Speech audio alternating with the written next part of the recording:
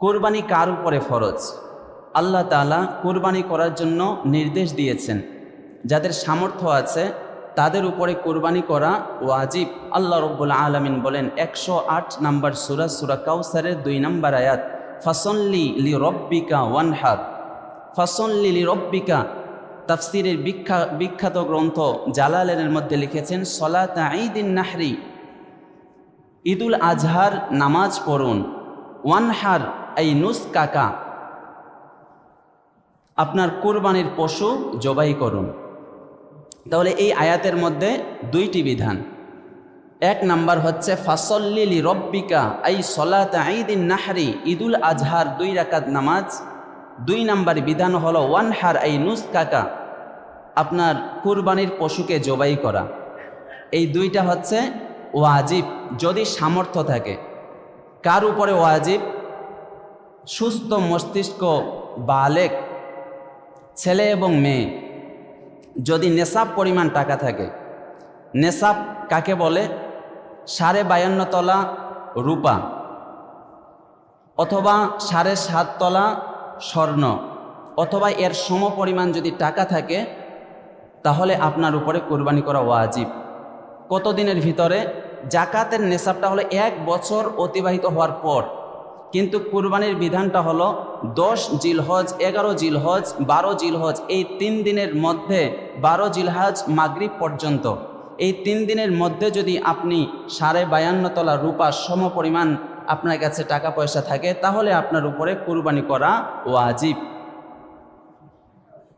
চকবাজার সোনাপট্টি, ওইখানে আমার এক ক্লাসমেট সহপাঠী বন্ধু স্বর্ণের ব্যবসা করে। গতকালকে আমি তার কাছে শুনলাম সর্বনিম্ন রূপার ভরি হচ্ছে 1800 আর সর্বোচ্চ হলো 2800। তো সেই হিসাবে আমরা সর্বনিম্ন একটা হিসাব 1 লক্ষ টাকা ধরি, অথবা আরও নিম্নমানের যদি ক্যারেট এগুলো ভাগ আছে, তাহলে 80,000 ধরেন। 80,000, 90,000 অথবা 1 লক্ষ টাকা যদি আপনার কাছে থাকে, তাহলে আপনার উপরে কোরবানি করা ওয়াজিব। এখন আপনারা 3 বাপ বেটা, 3 বাপ বেটার কাছেই টাকা পয়সা আছে, তাহলে শুধু বাপ দিলেই কি হয়ে যাবে নাকি 3 বাপ বেটাকেই দিতে হবে? আবার আপনার স্ত্রীরও টাকা আছে, আপনার ছেলেটার বয়স 15 বছর, মেয়েটার বয়স 15 বছর, তাদেরও প্রপার্টি আছে, টাকা পয়সা আছে, তাহলে তাদের উপরেও কোরবানি করা ওয়াজিব, তাদেরকেও কোরবানি করতে হবে। অনেকেই আছে 3 বাপ বেটা, বাপ কোরবানি দেয় আর 2টা ছেলেরও টাকা পয়সা আছে, মানে লাখ টাকার উপরে আছে, তারা আর কোরবানি দেয় না। আমার বাবা তো দিয়েছে, তারা আর কোরবানি দেয় না। তাহলে এই ছেলের জিম্মা থেকে কোরবানি যে ওয়াজিব, এই গুনাহটা রয়ে গেল। কথাটা বুঝলেন নাকি না বুঝলেন? তাহলে যাদের সামর্থ্য আছে 10 জিলহজ, 11 জিলহজ, 12 জিলহজ মাগরিব পর্যন্ত যাদের কাছে বাড়ি গাড়ি, আপনার রুম, ফার্নিচার, ফ্রিজ এগুলো বাদ দিয়ে আপনার যদি একটা জমি পড়ে থাকে, ওই জমিটারও হিসাব করতে হবে। এগুলো আপনার নিত্য প্রয়োজনীয় জিনিস বাদ দিয়ে হিসাব করে আপনার যদি এত টাকার আপনি মালিক হন, তাহলে আপনার উপরে কোরবানি করা ওয়াজিব। তাই আল্লাহ বলেন ফাসল্লি লিরব্বিকা সলাতা ঈদিন নাহরি, ঈদুল আজহার 2 রাকাত নামাজ পড়ুন। ওয়ানহার এই নুসকাকা, এরপরে আপনার কুরবানির পশু আপনি জবাই করুন। কয়টা বিধান? 2টা বিধান। তাহলে ভূমিকাতে আমরা জানলাম যে কুরবানি করব নামাজের পর, আগে নামাজ এরপরে কুরবানি, আগে নামাজ এরপরে ঈদের আনন্দ। যত আনন্দের দিন আছে, যত খুশির দিন আছে, নবীজি বলেছেন যে তোমরা আনন্দ সহকারে কোরবানি করো। তাহলে এটাও একটা আনন্দের দিন, ঈদের দিন। ঈদ মানে আনন্দ। যত আনন্দের দিন আছে সেগুলো শুরু হয় নামাজ দিয়ে, সুবহানাল্লাহ পড়েন। আর আমরা 5 ওয়াক্ত নামাজও পড়তে চাই না। আমরা যেন 5 ওয়াক্ত নামাজ জামাতের সাথে আদায় করতে পারি, আল্লাহ তুমি তৌফিক দাও, পড়ে না আমিন। তাহলে ভূমিকাতে আমরা জানলাম সামর্থ্যবান হলে কোরবানি করা ওয়াজিব। এখন আমরা 10টি কথা শুনব। কয়টি কথা শুনব? 10টি কথা। 1 নাম্বার কথা, কোরবানির দিনে কোরবানির পশুর রক্ত প্রবাহিতকরণ আল্লাহর কাছে সবচেয়ে পছন্দনীয় আমল। বন্ধুরা, আমার কিতাবের নাম ইবনে মাজা। সুনানে ইবনে মাজা শরীফের 3126 নম্বর হাদিসের বর্ণনা। ইমাম ইবনে মাজা কিতাবুল আদাহি অধ্যায়ের মধ্যে হাদিসটি এনেছেন। হাদিসটি বর্ণনা করেছেন আম্মা জান আয়েশা সিদ্দিকা রাদিয়াল্লাহু আনহা।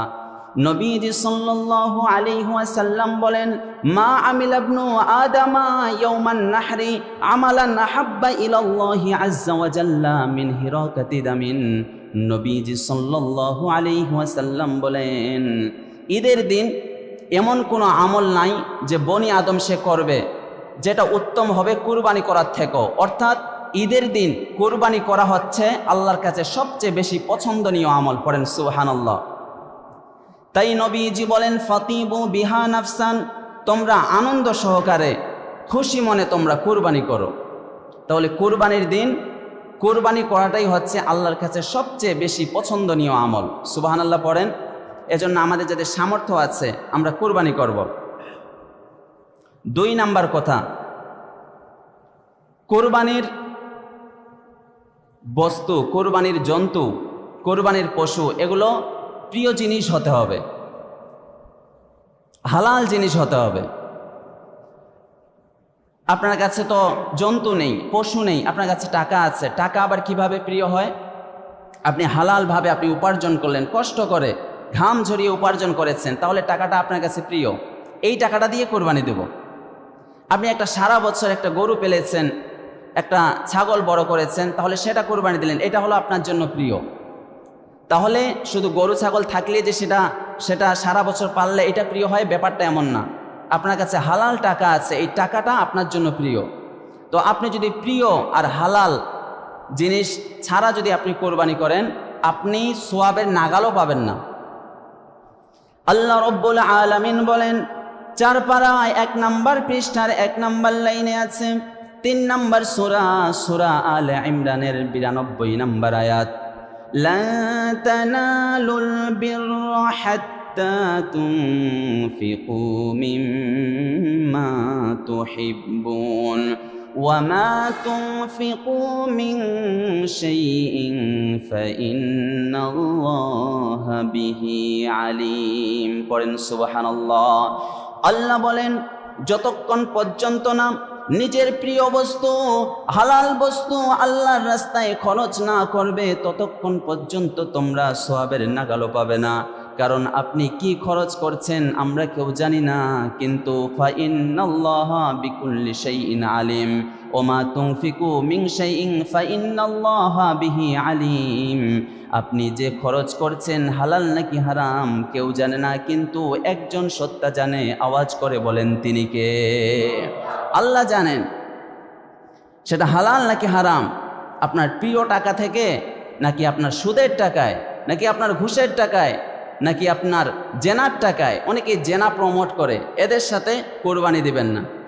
যদি সিনেমা হলের ডিরেক্টর পারভেজ তার সাথে যদি কোরবানি দেন, তাহলে আপনার কোরবানি হবে না, কারণ জেনা প্রমোট করে। এমন প্রিন্সিপালের সাথে কোরবানি দিবেন না যে ছাত্রীদেরকে স্টেজে নাচায়, জেনা প্রমোট করে প্রকাশ্যে, তাদের সাথে কোরবানি দেওয়া যাবে না। সুদখোর, প্রকাশ্যে সে সুদ খায়, নামি দামি সুদখোর, নামি দামি ঘুষখোর, এদের সাথে কোরবানি দেওয়া যাবে না। কারণ যারা মুত্তাকি, যাদের নিয়ত ভালো, আল্লাহ ভীরু, তাদের পক্ষ থেকেই আল্লাহ তাআলা কোরবানি কবুল করেন। আল্লাহ রব্বুল আলামিন বলেন, 6 পারা 11 নাম্বার পৃষ্ঠা 7 নাম্বার লাইনে আছে 5 নাম্বার সূরা মাইদার 27 নাম্বার আয়াত, ক্বালা ইন্নামা ইয়াতাকাব্বালুল্লাহু মিনাল মুত্তাকিন। ওই যে আদম আলাইহিস সালামের ছেলে হাবিল তার ভাই কাবিলকে বলেছিল, ভাই তুমি আমাকে হত্যা করতে চাচ্ছ? ইন্নামা ইয়াতাকাব্বালুল্লাহু মিনাল মুত্তাকিন, আল্লাহ তাআলা তো মুত্তাকিদের থেকে, যার নিয়ত ভালো, আল্লাহ ভীরু, তাদের কুরবানি কবুল করে। তোমার মতো মানুষের কুরবানি আল্লাহ কবুল করবে না। এজন্য মুত্তাকি, আপনার নিয়তটা আল্লাহ তাআলা দেখবে। তাহলে যেমন তেমন টাকায় কোরবানি করলে কোরবানি কবুল হবে না, কারণ আল্লাহ তাআলা পবিত্র, তিনি হালাল জিনিসটাকে কবুল করেন, অপবিত্র হারাম জিনিসকে কবুল করেন না। বন্ধুরা, আমার কিতাবের নাম মুসলিম, সহিহ মুসলিম শরীফের 2236 নম্বর হাদিসের বর্ণনা। ইমাম মুসলিম কিতাবুজ যাকাত অধ্যায়ের মধ্যে হাদিসটি এনেছেন। হাদিসটি বর্ণনা করেছেন বিখ্যাত সাহাবী আবু হুরায়রা রাদিয়াল্লাহু আনহু। নবীজি সাল্লাল্লাহু আলাইহি ওয়াসাল্লাম বলেন, ইন্নাল্লাহা তাইয়িবুন লা ইয়াকবালু ইল্লা তাইয়িবান। আল্লাহ তাআলা নিজেই পবিত্র, আল্লাহ তাআলা পবিত্র বস্তু ছাড়া, হালাল বস্তু ছাড়া তিনি কবুল করেন না। কোরবানি করার জন্য আপনার টাকাটা হালাল হতে হবে ভাই, বৈধ হতে হবে। অন্যায় জুলুম অত্যাচার করে, চুরি করে করে কোটি কোটি টাকা চুরি করে, লক্ষ লক্ষ টাকা ঘুষ খায়। আবার এই সিজনে আবার তাদের ঘুষের দাবিটা আরো বেশি, কারণ বড় গরু কিনতে হবে, একটা মোটা তাজা নাদুস নুদুস দেখে গরু কিনতে হবে। তো এইবার ঘুষটা কিন্তু একটু ভালো করে নিতে হবে। আগে 10,000 নিতে, এখন 20,000, মানে সিজন না। এই টাকা দিয়ে কোরবানি করলে কোরবানি হবে না। এজন্য 2 নাম্বার কথা যে হালাল বস্তু হতে হবে, নিজের প্রিয় জিনিস কোরবানি করব, তাহলে কবুল করবেন কে? 3 নাম্বার কথা, কোরবানির পশু কেমন হতে হবে? কোরবানির পশু কি কি? ভাই কোরবানির পশু এক কথায় হলো গৃহপালিত পশু হতে হবে, 4 পায়া, যার 4টা পা আছে। আমাদের বাড়িতে হাঁস মুরগি আছে না নেই? পা কয়টা? 2টা, তাহলে 4টা পা হতে হবে। হাঁস মুরগি দিয়ে কোরবানি করলে হবে না। অনেকে আগের মানুষ মনে করে যে আমি তো গরু দিতে পারলাম না, ছাগল দিতে পারলাম না, তো হাঁস মুরগি দিয়ে দেই, হবে না। গৃহপালিত পশু হতে হবে। আপনারা বলেন হরিণ খাওয়া হারাম নাকি হালাল? হালাল, কিন্তু এটা গৃহপালিত না, এটা বন্য পশু, বন্য গরু, এগুলো দিয়ে কুরবানি হবে না। তাহলে আমরা সকলেই জানি উট, গরু, মহিষ, ভেড়া, ছাগল, দুম্বা, পাঠা, এগুলো কুরবানি দেওয়া যাবে। আল্লাহ তাআলা এগুলো আমাদেরকে দান করেছেন, দিয়েছেন, যাতে করে আমরা তাদেরকে পশ্চিম দিকে শুয়ে তাদের গলার উপরে আল্লাহর নাম জিকির করতে পারি। আল্লাহ রব্বুল আলামিন বলেন 17 পারা 15 নম্বর পৃষ্ঠার 5 নম্বর লাইনে আছে, 22 নম্বর সূরা, সূরা হজের 34 নম্বর আয়াত, ওয়ালিকুল্লি উম্মাতি জাআলনা মানসাকান লিয়াযকুরুসমাল্লাহি আলা মা রাযাকাহুম মিন বাহিমাতিল আনআম। পড়েন আল্লাহু আকবার। আল্লাহ বলেন আমি প্রত্যেক উম্মতের জন্য এই কুরবানির বিধানটাকে ওয়াজিব করে দিয়েছি, যাতে করে ওই যে আমি আমার রিজিক দান করেছি, চতুষ্পদ জন্তু, পশু, গৃহপালিত, এগুলো যে আমি দান করেছি, লিয়াযকুরুসমাল্লাহ, যাতে করে সেগুলোর উপরে আমার নাম উচ্চারণ করতে পারে। এই জন্য কুরবানির দিনে আমরা জন্তুগুলোকে পশ্চিম দিকে শোয়ে আল্লাহু আকবার বলে জবাই করি কি করি না? লিয়াযকুরুসমাল্লাহ, এটা আল্লাহ চান, এটা আল্লাহর উদ্দেশ্য। করেন আল্লাহু আকবার। উট যদি হয় তাহলে 5 বছর বয়স হতে হবে, আর যদি গরু হয় তাহলে 2 বছর বয়স হতে হবে। এর মানে 2 বছরে তার দাঁত উঠে। গ্রামের মানুষ গরু কিনতে গেলে আগে দাঁত দেখে, মানে 2 বছর ছাড়া দাঁত হয় না। তবে একটা গরুর 2 বছর বয়স হয়েছে, দাঁত উঠে নাই, সেটা দিয়ে কুরবানি করা যাবে। এখানে বয়সের সাথে সাথে কিন্তু মানুষ দাঁত দেখে কেন? 2 বছর হলেই কি উঠে? দাঁত উঠে। আবার শিং ভাঙ্গা, লেজ কাটা, কান কাটা, অসুস্থ, দুর্বল, এগুলো দিয়ে কুরবানি হবে না। সবল, নাদুস নুদুস একটা ভালো দেখে কিনবেন। সবচেয়ে বেশি ভালো হলো আপনার কাছে 20,000 টাকা আছে, এই 20,000 টাকা নিয়ে গেলেন বাজারে, একটা ভালো কালো কিসকিসে অথবা লাল টুকটুকে একটা ছাগল কিনে আনে কুরবানি দিয়ে দিলেন, বাস। এটাই আল্লাহ তাআলা কবুল করে নেবেন। আর যদি লোক দেখানো হয় তাহলে আল্লাহ কবুল করবেন না। ছাগলের বয়স 1 বছর হতে হবে। তবে যদি 6 মাসের ছাগল দেখতে 1 বছরের মতো লাগে, অথবা 6 মাসের বেশি বয়স হয়, তাহলে সেটাও দিয়ে আমরা কুরবানি দিতে পারবো। তাহলে গৃহপালিত 4 পায়া পশু হতে হবে। এই কথাটা আপনারা বুঝলেন নাকি না বুঝলেন? 4 নাম্বার কথা, 7 ভাগে কুরবানি, এটাকে শরীকে কুরবানি বলে। 7 ভাগে কুরবানি আপনারা বলেন দেওয়া যাবে কি যাবে না? যাবে। তবে কিছু আহলে মূর্খ আছে, এরা বলবে যে 7 ভাগে কুরবানি এটা কোরআন হাদিসে নেই, কারণ তাদের কাছে 6 পাতার বুখারী। আর পৃথিবীতে সর্বশ্রেষ্ঠ 6টা হাদিসের কিতাব হলো, 6 নাম্বারটা হলো ইবনে মাজা, কারণ ইবনে মাজা পর্যন্ত তো আসে নাই, সহিহ বুখারী পর্যন্ত ওরা পড়ে আছে। বন্ধুরা আমার, কিতাবের নাম ইবনে মাজা, সুনানে ইবনে মাজা শরীফের 3131 নম্বর হাদিসের বর্ণনা। ইমাম ইবনে মাজা কিতাবুল আদাহি অধ্যায়ের মধ্যে হাদিসটি এনেছেন। আন ইবনে আব্বাসিন রাদিয়াল্লাহু আনহুমা قال, ইবনে আব্বাস রাদিয়াল্লাহু আনহুমা বলেন, কুন্না মা রাসূলিল্লাহি সাল্লাল্লাহু আলাইহি ওয়াসাল্লাম ফি সাফারিন, আমরা সাহাবীরা সবাই নবীজির সাথে এক সফরের মধ্যে ছিলাম। ফাহাদারাল আদহা, এমন সময় কোরবানির ঈদ চলে আসলো। ফাশতারাকনা ফিল জাযুরি আন আশরাতিন, আমরা কুরবানি করার জন্য উট নিয়ে আসলাম, একটা উটের মধ্যে 10 ভাগে কুরবানি দিলাম। ওয়াল বাকরাতি আন সাবাতিন, গরু নিয়ে আসলাম, একটা গরুর মধ্যে 7 ভাগে কুরবানি দিলাম। পড়েন সুবহানাল্লাহ। একটা গরুর মধ্যে 7 ভাগে কুরবানি করা যাবে। কিন্তু 7 জন যে কুরবানি দিবেন, 7 জন আগে গোল মিটিং করতে হবে যে তোমার কোনো নিয়ত খারাপ আছে নাকি, তোমার টাকার মধ্যে কোনো সমস্যা আছে নাকি। গোল মিটিং করে কোরবানি এরপরে যাবেন। আর যদি এই 7 জনের মধ্য থেকে একজনের টাকার মধ্যে সমস্যা থাকে, একজনের নিয়ত খারাপ থাকে, 7 জনের কারো কোরবানি কবুল হবে না। এই কথাটা মনে থাকবে কি থাকবে না? 7 ভাগে কোরবানি এটা জায়েজ। তবে আপনি যাদের সাথে দিবেন সাথীদেরকে নিয়ে গোল মিটিং করে আগে নিয়তগুলো শুনে নেবেন, না হলে আপনার কোরবানি হবে না কিন্তু একজনের নিয়ত যদি বেশ কম থাকে।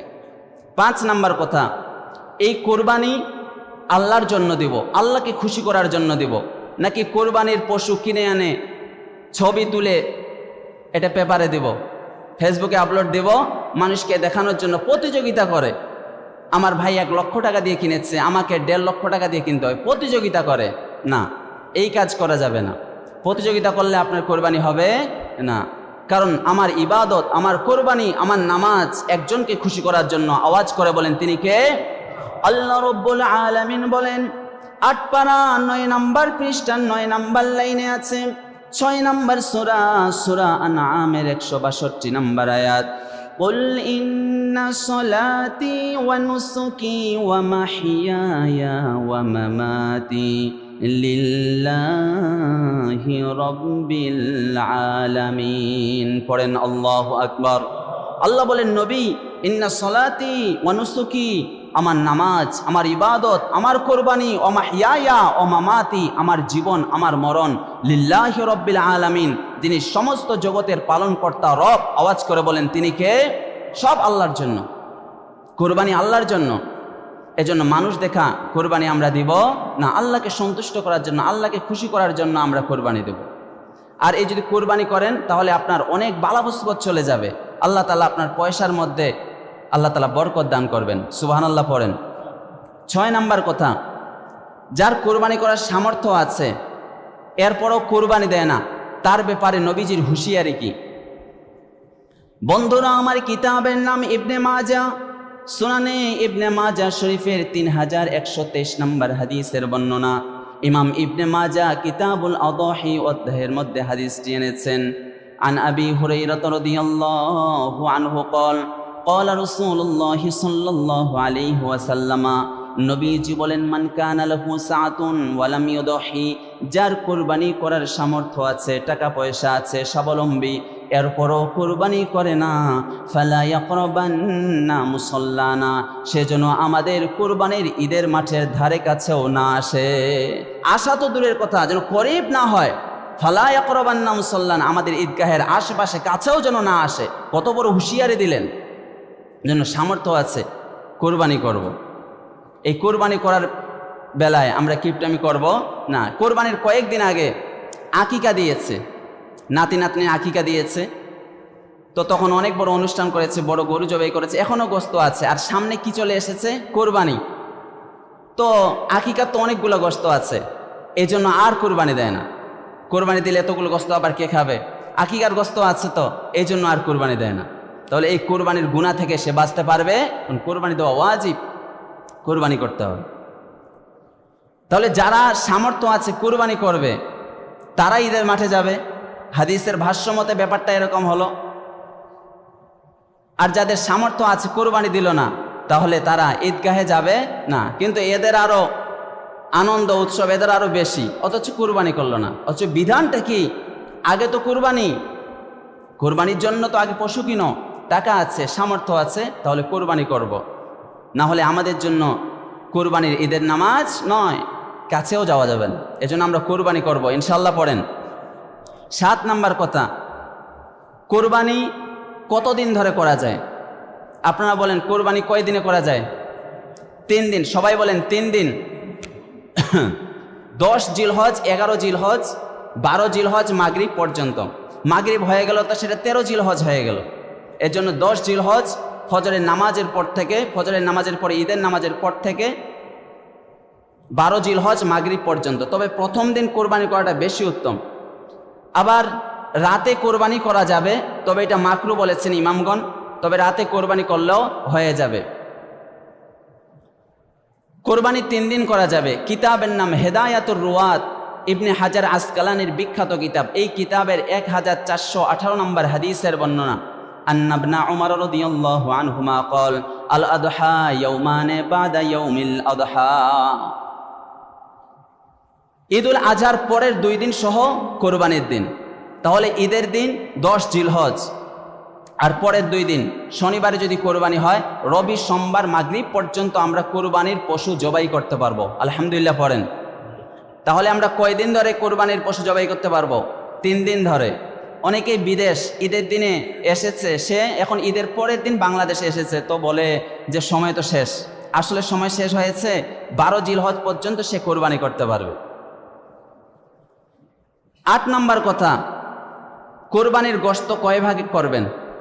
আপনারা বলেন কয় ভাগ করবেন? 3 ভাগ করা মুস্তাহাব, না করলে গুনাহ নেই, তবে করাটা মুস্তাহাব। এরপরেও কিছু মানুষ বলবে যে 3 ভাগ কোনো কিতাবে নেই। আসলে কোরআনের মধ্যে, হাদিসের মধ্যে কথাগুলো বিক্ষিপ্তভাবে আছে, এজন্য আলেম হতে হবে, পরিপূর্ণ হতে হবে, কামেল মুকাম্মাল হতে হবে। 3 ভাগ করাটা মুস্তাহাব, এটা ইমামরা এই ফায়সালা দিয়েছেন যাতে করে সবার পাতে এই কোরবানির গোশত চলে যায়। গরিব, দুঃখী, ধনী, আত্মীয় স্বজন, আপনার আত্মীয় স্বজন কোটিপতি থাকতে পারে কি পারে না? তো কোটিপতির বাসাও কিন্তু আপনার বাড়ি থেকে কোরবানির গোশত পৌঁছে যাবে। আল্লাহ তাআলা এটা সিস্টেম করে দিয়েছেন। এবার আল্লাহ কি বলেন শুনেন। আল্লাহ রব্বুল আলামিন বলেন 17 পারা 14 নম্বর পৃষ্ঠা 10 নম্বর লাইনে আছে, 22 নম্বর সূরা হজের 28 নম্বর আয়াত, ফাকুলু মিনহা ওয়া আত'ইমুল বাঈসাল ফাকির। তোমরা নিজেরা খাও, আর যারা দরিদ্র অভাবগ্রস্ত তাদেরকেও খাওয়াও।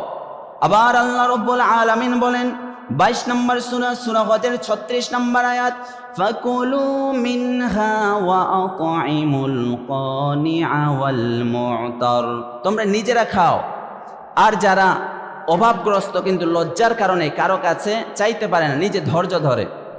আপনি বাড়িওয়ালা, আপনার বাসায় 7 জন ভাড়াটিয়া আছে, আপনি কোরবানি করলেন, এই 7 জন ভাড়াটিয়ার মধ্যেও গরিব মানুষ থাকতে পারে কি পারে না? আপনার ব্যবসা তো ঠিক আছে, মাসের পরে আপনি বেতন পাচ্ছেন, মনে করছেন যে তারা স্বাবলম্বী, অথচ এমন হতে পারে সে বেতন নিয়ে আপনার বাসা ভাড়াটা দেয়, কিন্তু কোরবানির দিন এই বাড়িওয়ালা আর খবর টবর নেয় না। অথচ আল্লাহ বলেন আল কানি', মানে হলো যে সবর করেন ওয়ালে মুহতাজ, যে লজ্জার কারণে কাউকে চাইতে পারে না, তাকেও দাও। দেখেছেন, সব শ্রেণী কিন্তু এখানে সামিল হয়ে যাবে। এরপরে আল্লাহ বলেন ওয়াল মু'তার, যাদের লজ্জা টজ্জা নেই, ভিক্ষা করে, তাদেরকেও দাও, তাদেরকেও কি দাও। আচ্ছা আপনারা বলেন, একজন বাড়িওয়ালার বাড়িতে, ধনী মানুষ, বড় বাড়ি, বড় গেট আছে, কোরবানির দিনে ফকির, মিসকিন, গরিব যারা চাইতে আসে, কতজন আসতে পারে বলেন? চাচা বলেন কতজন আসবে? কতজন আসতে পারে? 50-60 জন। মাশাআল্লাহ, 50-60 জন। 50 জন ধরেন, একটা বড় বাড়ির গেটে আসে 50 জন। তাহলে আপনি দেখেন সবাইকে দিতে পারবেন। কিভাবে দিতে পারবেন? আপনি একটা বড় গরু কুরবানি দিয়েছেন, আপনি বাড়িওয়ালা না, 100 কেজি গোশত পেয়েছেন, তো এটাকে 3 ভাগ করেন, তাহলে 30 কেজি ধরেন, 33 কেজি, 30 কেজি। এই 30 কেজি গোশত যদি হাফ কেজি করে যদি আমরা টপলা বানাই, কয়টা হবে? 60টা হবে, 50 জন। তাহলে ওই যে 3 ভাগের 1 ভাগ দরিদ্র, ফকির, ভিক্ষুক, তাদের পাতেও পৌঁছে গেল কি গেল না? তো বাড়িওয়ালা কি করে? সে বড় বড় ঠুম করে, একটা একটা ঠুম করে, ফকির আসে আর একটা করে ঠুম দেয়। আর ওই 100 কেজির মধ্যে তাহলে তো 2 কেজিতেই শেষ হয়ে যাবে। 50টা ঠুম করলে তো 2-3 কেজিতেই শেষ হয়ে যায়। বাকিগুলো কি করবে? সব ফ্রিজের মধ্যে ঢুকাবে। এরপরে ওর বড় বড় অসুখ হবে, আর আপনি দান করে দিবেন, আল্লাহ আপনাকে সুস্থ রাখবেন। সুবহানাল্লাহ পড়েন। এজন্য আল্লাহ বলেন আল কানিআ ওয়াল মুতার, যে লজ্জার কারণে চাইতে পারে না। আবার যার লজ্জা নাই, ভিক্ষা করে, সবাইকে দাও, তাদেরকে দাও। কারণ আল্লাহ রব্বুল আলামিন বলেন 17 পারা 15 নম্বর পৃষ্ঠা 13 নম্বর লাইনে আছে, 22 নম্বর সূরা, সূরা হজের 37 নম্বর আয়াত, লাইয়ানালাল্লাহু লুহুমুহা ওয়ালা দিমাউহা ওয়ালাকিন ইয়ানালুহুত তাকওয়া মিনকুম। পড়েন সুবহানাল্লাহ। আল্লাহর কাছে আপনার কুরবানির গোশত, রক্ত এগুলো পৌঁছে না, আল্লাহর কাছে পৌঁছে তাকওয়া, আপনার আল্লাহ ভীরুতা, আপনার নিয়তটাকে, এটা আল্লাহর কাছে পৌঁছে। এজন্য ফাকুলু মিনহা ওয়া আত'আমুল বাইসাল ফাকির, तुम उसमें से खाओ और फकीर मुहताज को खिलाओ, तुम उसमें से खाओ और सब्र करने वाले मुहताज को और मांगने वाले मुहताज को खिलाओ, क्योंकि उनके गोश्त और ना कि उनके खून अल्लाह को पहुँचते हैं, लेकिन उससे तुम्हारा ताकवा पहुँचते हैं। আল্লাহর কাছে তাকওয়া পৌঁছে, আপনার কোরবানির গোশত, রক্ত এগুলো পৌঁছে না। এজন্য এগুলোকে ফ্রিজে রাখবো নাকি সবার মাঝে বিলিয়ে দিব? ইনশাল্লাহ পড়েন 3 ভাগ করব, নিজের জন্য 1 ভাগ রেখে দিব। তাহলেই তো পরিবার পরিজন, আপনার মেয়েকে বিয়ে দিয়েছেন, তারা আসবে, তারাও খেতে পারবে, আপনিও খেতে পারবেন, আবার ফ্রিজেও রাখতে পারবেন, এটা জায়েজ। তবে আরেকবার আত্মীয় স্বজনের বাড়িতে দিয়ে আসলেন, তাহলে আত্মীয়তার বন্ধন, আপনার আত্মীয়তার বন্ধন এটা ছিন্ন হলো না, এটা অব্যাহত থাকলো। আবার আরেক ভাগ যদি আপনি এতিম, মিসকিন, ফকির তাদের মাঝে বিলিয়ে দেন, তাহলে সবাই আপনার গোশত সবার মাঝে চলে গেল। এজন্য শুধু কি ফ্রিজে ঢুকাবেন নাকি সবার মাঝে বন্টন করে দেবেন? এজন্য 3 ভাগ করব। কত ভাগ করব? 3 ভাগ। 9 নাম্বার কথা, কোরবানির পশু জবাই করা প্রসঙ্গ। কয়টা বাজে ভাই? কয়টা বাজে? 10। 9 নাম্বার কথা, কোরবানির গরু, কোরবানির পশু জবাই করা প্রসঙ্গ আর চামড়া প্রসঙ্গ। মনোযোগ দিয়ে শুনবেন। অনেকেই 1 লক্ষ টাকা দিয়ে একটা গরু কিনে, কিন্তু জবাই করার বেলায় বতরা দাও, বটি আর ছুরি নিয়ে আসে। এরকম আছে না নাই? 2টা ছেলে 2টা নাতি, সবাই মানে জমিদার, এরা চেয়ার নিয়ে বসে থাকে, আর 2-3 জন কাজের মানুষ আনে, আর ইমাম সাহেব তো আছে জবাই করার জন্য। কি কষ্ট করে, কষ্ট দিয়ে এরা ফেলায়, আবার জবাই করে। এই বতরা চাকু দিয়ে জবাই করতে করতে কি একটা অবস্থা। অনেকের গরু উঠে দৌড় মারে, এমনও আছে না নেই? তো আপনি এত একটা বড় একটা গরু কুরবানি দিচ্ছেন, আপনি কেন 1 লক্ষ টাকা দিয়ে একটা কুরবানি করলেন, এরপরে আপনার 4-5 টাকা খরচ করলে কি অসুবিধা হয় বলেন বাবা? এজন্য যখন জবাই করব, ইনসাফের সাথে জবাই করব, এহসানের সাথে জবাই করব। বন্ধুরা, আমার কিতাবের নাম তিরমিজি, সুনানে তিরমিজি শরীফের 1409 নম্বর হাদিসের বর্ণনা। ইমাম তিরমিজি আবওয়াবুদ দিয়াত অধ্যায়ের মধ্যে হাদিসটি এনেছেন। হাদিসটি বর্ণনা করেছেন শাদ্দাদ বিন আউস রাদিয়াল্লাহু আনহু। নবীজি সাল্লাল্লাহু আলাইহি ওয়াসাল্লাম বলেন, ইন্নাল্লাহা কাতাবাল ইহসানা আলা কুল্লি শাইইন, প্রত্যেক জিনিসের উপরে আল্লাহ তাআলা দয়া আর ইহসান করা ওয়াজিব করে দিয়েছেন, প্রত্যেক জিনিসের উপরে। নবীজি বললেন, ওয়াইজা যাবাহতুম ফাআহসিনু যিবহাতা, যখন পশু জবাই করবে ইনসাফের সাথে, ইহসানের সাথে, দয়ার সাথে জবাই করবে, উত্তম রূপে জবাই করবে। আর কি করবে? তোমার পরিবারে তোমার ছেলে থাকতে পারে, নাতি থাকতে পারে, ওয়ালিউহিদ্দা আহাদাকুম শাফরাতাহু, তাদের মধ্যে যে কেউ একজন ছুরিটাকে ভালোভাবে যেন ধারালো করে নেয়, ওয়ালিউরিহ যাবিহাতাহু, যাতে করে কোরবানির পশুটা এ যে জবাই হবে সে যেন আরামসে জবাই হয়, যেন পশুটাকে আরাম দেয়। এজন্য নবীজি বললেন, ওয়ালিউরিহ যাবিহাতাহু, আপনার জবাইয়ের মধ্যে পশুটা যেন আরামসে জবাই হয়ে যায়। এজন্য ছুরিটাকে কি করে নেব? ধারালো করে নেব। নাকি 2 লক্ষ টাকা দিয়ে গরু কিনে ভতরা দা, বটি আর ছুরি নিয়ে আসবেন জবাই করার জন্য? এরকমটা করব না। আপনার 4-5 জন প্রতিবেশী মিলে একটা ছুরির ব্যবস্থা করতে পারেন, তাই না? জবাই হয়ে গেল, এরপরে রেখে দিলেন, আবার সামনে বছর বের করবেন। ধারালো ছুরির আমরা ব্যবস্থা করব ইনশাল্লাহ, পড়েন। এরপরে কোরবানির চামড়া, এই চামড়া কি করবেন? চামড়া দান করে দিবেন। নিজেও এটা দোবাগত করে জায়নামাজ বানাতে পারেন, পাটির সব হিসাবে ব্যবহার করতে পারেন। তবে উত্তম হচ্ছে দান করে দেওয়া। আবার আমরা কিতাবে পড়েছি, আগের মানুষ এটা নাকি পশমগুলো তুলে রান্না করেও খেত। তো আপনার যদি ইচ্ছা হয় রান্না করে খাবেন, কিন্তু উত্তম হচ্ছে দান করে দেওয়া। কি করে দেওয়া? দান করে দেওয়া। বন্ধুরা, আমার কিতাবের নাম বুখারী, সহিহ বুখারী শরীফের 1717 নম্বর হাদিসের বর্ণনা। ইমাম বুখারী কিতাবুল হজ অধ্যায়ের মধ্যে হাদিসটি এনেছেন। আলী রাদিয়াল্লাহু আনহু বর্ণনা করেন, আমারাহু আইয়ুকসিমা বুদনাহু কুল্লাহা ওয়া জুলুদাহা ওয়া জিলালাহা ওয়া লুহুমাহা। নবীজি আলী রাদিয়াল্লাহু আনহুকে ডাকলেন, ডেকে বললেন এখানে দাঁড়াও, বন্টন করার দায়িত্ব দিলেন। এই যে কুরবানির গোশতগুলো, এই চামড়াগুলো আর কুরবানির পশুর উপরে যে আবরণগুলো ছিল এগুলো তুমি বিলিয়ে দাও, বন্টন করে দাও, সবার মাঝে দিয়ে দাও, তকসিম করে দাও, বন্টন করে দাও। আমরাও এইভাবে বন্টন করে দেবো ইনশাল্লাহ পড়েন। এরপরে নবীজি বললেন ওয়ালা ইউতি ফি জিজারতিহা শাইআন, আর এই কুরবানির চামড়া থেকে গোশত থেকে কসাইকে মজুরি দিবেন না। নবীজি বললেন কুরবানির গোশত আর চামড়া আর অন্যান্য যেগুলো আসবাব আছে এগুলো দিয়ে জবাই করা মজুরি যেন না দেয়। যে জবাই করে দিবে তাকে মজুরি দিবেন, সেটা কসাই হোক, ইমাম সাহেব হোক, মুয়াজ্জিন সাহেব হোক, আর আপনার যে কেউ হোক, যে জবাই করবে তাকে মজুরি দিবেন। গোশত চামড়া এগুলোর থেকে, এগুলো ছাড়া আপনার পকেট থেকে দিবেন। অনেকে আছে 7 জনে কোরবানি দেয়, তো আমি জবাই করলে আবার 6 জন কি মনে করবে, এই জন্য সাধারণত মানুষ, যেহেতু ইমাম সাহেবরা সবসময় পাক পবিত্র থাকে, তাদের দ্বারাই কোরবানির জন্তু জবাই করে নেয়। কিন্তু আপনি যদি মনে করেন আমাদের মসজিদের হুজুর, আমাদের ইমাম সাহেব তো হাদিয়াটা দিয়ে দিতে হবে না, মজুরি দিতে হবে না, ব্যাপারটা এরকম না। আমাদের ইমাম সাহেব এসেছে, আল্লাহু আকবার, আমাদের ইমাম এসেছে, তাহলে তো হাদিয়াটা বেশি দেওয়ার দরকার। কথা বলেন ঠিক কি ঠিক না? বেশি করে দেবেন। যে জবাই করুক মজুরি দিতে হবে, কিন্তু গোশত আপনি হাদিয়া হিসেবে দিতে পারবেন, মজুরি হিসেবে দিতে পারবেন না। এই কথাটা মনে থাকবে কি থাকবে না? তাহলে চামড়া এটা আপনি দান করে দিবেন, এতিমখানায় দিয়ে দিবেন, লিল্লা বোর্ডিংয়ে দিয়ে দিবেন, গরিব মানুষের ছেলেপেলে মাদ্রাসায় লেখাপড়া করে তাদেরকে দিয়ে দিলে তাদের একটু খোরাকির ব্যবস্থা হয়ে গেল, ঠিক কি ঠিক না? এজন্য আমরা চামড়াটা দান করে দেব। আর কসাইয়ের মজুরি এগুলো আমরা পকেট থেকে দিব, গোশত থেকে আর চামড়া থেকে দিব না।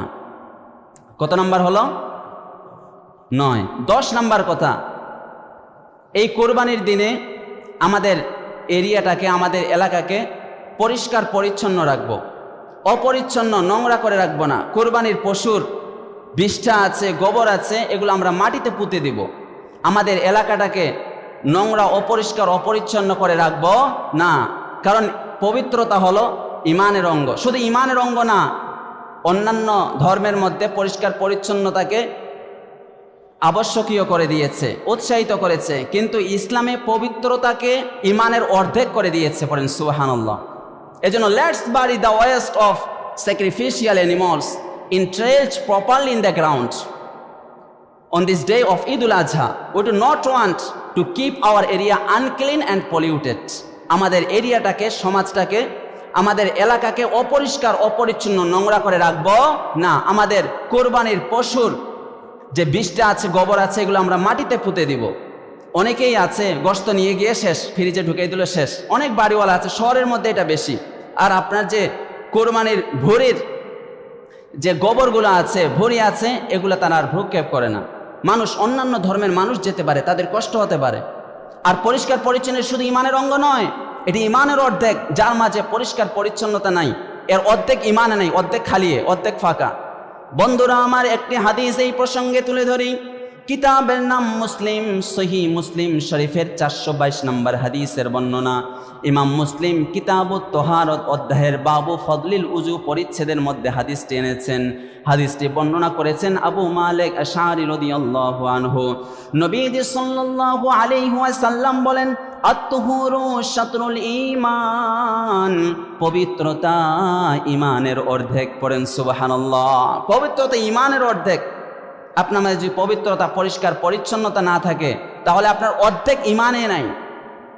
এজন্য কোরবানির দিন, গরুর কোরবানির পশুর এই যে গোবর আছে, ভুঁড়ির গোবর, তারপরে তার গরুর বিষ্ঠা, এগুলো আমরা মাটিতে পুঁতে ফেলবো।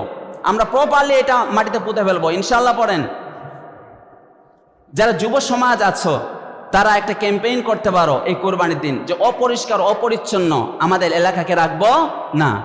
এগুলো করবে না, শুধু বড় মাঠ দৌড় দেবে। একটা মোবাইল পেলে আর একটা বাইক পেলে হয়ে গেল, বিন্দাস, সে ঘুরবে শুধু। অথচ আমাদের এলাকাকে পরিষ্কার পরিচ্ছন্ন রাখার দায়িত্ব এই যুব সমাজের উপর আছে না নাই বলেন? হেল্পফুল ফুজুলের মতো এরকম যুব সংঘ তৈরি করতে হবে। তাহলে আমরা ইতিমধ্যে কোরবানি মাসলা মাসের 10টা কথা শুনেছি। অনেক মাসলা আছে, শত মাসলা আছে, আপনার প্রশ্ন অনুযায়ী উত্তর হবে। আপনাদের জানার ইচ্ছা, আপনি প্রশ্ন করবেন, প্রশ্ন অনুযায়ী উত্তর হবে। সব আলোচনা তো রেফারেন্স আলোকে এখানে শেষ করা সম্ভব নয় অল্প সময়ের মধ্যে। জি, প্রতিবেশী, ওই যে বলেছিলাম 3 ভাগ, 3 ভাগের মধ্যে 1 ভাগ হচ্ছে গরিব মিসকিন যারা ভিক্ষুক আছে, অসহায়, তাদের মাঝে। আর প্রতিবেশী এটা আত্মীয় স্বজনের মধ্যেই পড়বে, কারণ আত্মীয় স্বজন আর প্রতিবেশী ওইগুলোর মধ্যেই হয়ে যাবে। আবার নিজের থেকেও দিতে পারবেন, অনেকে বড় বড় গরু জবাই করে, তাহলে তাদের জন্য কোনো ব্যাপার না, ইনশাআল্লাহ নিজের থেকেও দেওয়া যাবে। আবার ওই যে আত্মীয় স্বজনেরটা আছে ওইখান থেকেও দিবেন ইনশাআল্লাহ। শেষ কথা, আখেরি কথা, জিলহজ মাসের আমল। জিলহজ মাসের 1 তারিখ থেকে 9 তারিখ পর্যন্ত নবীজি সাল্লাল্লাহু আলাইহি সাল্লাম রোজা রাখতেন। তবে 9 তারিখ আরাফার দিনের রোজার বিশেষ ফজিলত আছে। বন্ধুরা, আমার কিতাবের নাম আবু দাউদ, সুনানে আবু দাউদ শরীফের 2425 নম্বর হাদিসের বর্ণনা। ইমাম আবু দাউদ কিতাবুল সওম অধ্যায়ের মধ্যে হাদিসটি এনেছেন। হাদিসটি বর্ণনা করেছেন আবু কতাদা রাদিয়াল্লাহু আনহু। নবীজি সাল্লাল্লাহু আলাইহি ওয়াসাল্লাম বলেন, সিয়ামু আরাফাতা, যে জিলহজ মাসের 9 তারিখের রোজা রাখবে, ইন্নী আহতাসিবু আলাল্লাহি আযজা ওয়া জাল্লা, আমি আল্লাহর কাছে আশা করি, আইয়ুকাফিরা আস-সানাতাল্লাতী ক্বাবলাহু ওয়াস-সানাতাল্লাতী বাদাহু, ওই ব্যক্তির আল্লাহ তাআলা পিছনের 1 বছর আর সামনের আরেক বছরের গুনাহ খাতাগুলো মাফ করে দিবেন। পড়েন সুবহানাল্লাহ। 9 মাসের আরাফাত দিনের রোজা। বাংলাদেশে 9 জিলহজ যখন, তখন সৌদি আরবে 10 জিলহজ। সৌদি আরবে যখন 9 জিলহজ, তখন বাংলাদেশে 8 জিলহজ। তখন তারা যদি জিলহজ 9 তারিখে আরাফার রোজা যখন রাখবে, তাদের সাথে মিলিয়ে আপনি যদি বাংলাদেশে রাখেন, তাহলে এটা 9 জিলহজের রোজা হবে না, তাদের সাথে মিলিয়ে করা যাবে না। আমরা এখন জুম্মার নামাজ পড়ছি, এখন কি সৌদি আরবে সেখানে কি জুম্মার নামাজ পড়ছে? এজন্য একটা আহলে মূর্খ বের হয়েছে, এর নাম দিয়েছে আহলে কুরআন, মানে হাদিস টাদিস মানবে না, শুধু কোরআনে বাংলা তরজমা কি আছে এটাই দেখবে, মানে কোনো সার্টিফিকেট কোয়ালিফিকেশন কিচ্ছু নেই। এরা শুধু বিভ্রান্তিকর, মানুষকে গোমরা বানানোর এদের পায় তারা। এজন্য আলেমের সান্নিধ্যে থাকতে হবে, আলেমের সাথে থাকবেন, না হলে ইহুদিরা যে কাজ করছে, ইহুদিরা গোমরা করার জন্য, পথভ্রষ্ট করার জন্য তাদের লোক আমাদের লেবাসে তারা কাজ করছে, কিন্তু তাদের পাগড়িটা আরও বেশি লম্বা, তাদের জুব্বাটা আরও বেশি। কথাটা বুঝলেন নাকি না বুঝলেন? এজন্য আলেমদের সাথে থাকবেন, ইমামের সাথে থাকবেন ইনশাআল্লাহ। পড়েন, জিলহজ মাসের আরেকটা আমল, যারা কোরবানি করার নিয়ত করেছেন কোরবানি করবেন, জিলহজ মাসের 1 তারিখ থেকে জিলহজ মাসের 10 তারিখ কোরবানির পশু জবাই করার আগ পর্যন্ত নিজের চুল এবং নখ না কাটবে, এটা মুস্তাহাব আমল। বন্ধুরা, আমার কিতাবের নাম তিরমিজি, সুনানে তিরমিজি শরীফের 1523 নম্বর হাদিসের বর্ণনা। ইমাম তিরমিজি আবওয়াবুল আদাহি অধ্যায়ের মধ্যে হাদিসটি এনেছেন। হাদিসটি বর্ণনা করেছেন উম্মু সালামা রাদিয়াল্লাহু আনহা। নবীজি সাল্লাল্লাহু আলাইহি ওয়াসাল্লাম বলেন, মান আরাদা আন ইউদহিয়া, যে ব্যক্তি কুরবানি করার নিয়ত করেছে, ফালা ইয়াখুদান্না মিন শারিহি ওয়ালা মিন আজফারিহি, সে যেন কুরবানির পশু জবাই করার আগ পর্যন্ত তার নিজের চুল আর আঙ্গুলের নখ না কাটে। তবে যারা কুরবানি করবে না তাদের জন্যই এই আমলটা আছে। যারা কুরবানি করবে না তারা যদি জিলহজ মাসের 1 তারিখ থেকে নিয়ে জিলহজ মাসের 10 তারিখ কুরবানির পশু জবাই করার আগ পর্যন্ত নিজের চুল এবং অন্যান্য স্থানের এবং আঙ্গুলের নখ না কাটে, তাহলে সুনানে নাসাই শরীফের বর্ণনা অনুযায়ী ফাযালিকা তামামু উদহিয়াতিকা ইনদাল্লাহি আযজা ওয়া জাল্লা, এই কাজটা যারা কুরবানি করবে না তারা যদি এই আমলটা করতে পারে, তাহলে আল্লাহর কাছে তাদের কোরবানি না করার যে একটা অপূর্ণতা আছে, কিন্তু আল্লাহর কাছে এটা তোমার কোরবানির পূর্ণতা। পড়েন সুবহানাল্লাহ। তাহলে যারা কোরবানি করবে না তারাও এই আমলটা আমরা করতে পারি। সম্মানিত উপস্থিতি, আজকের আলোচনার মধ্যে আমরা 3 ভাগে ভাগ করেছি। প্রথমে ভূমিকা শুনেছি, এরপরে 10টি কথা শুনেছি, এরপরে সবশেষে জিলহজ মাসের আমল শুনলাম। আল্লাহ তাআলা বুঝার ও আমল করার তৌফিক দান করুন। পড়েন আমিন। ওয়া আখিরু দাওয়ানা আনিল হামদুলিল্লাহি রাব্বিল আলামিন।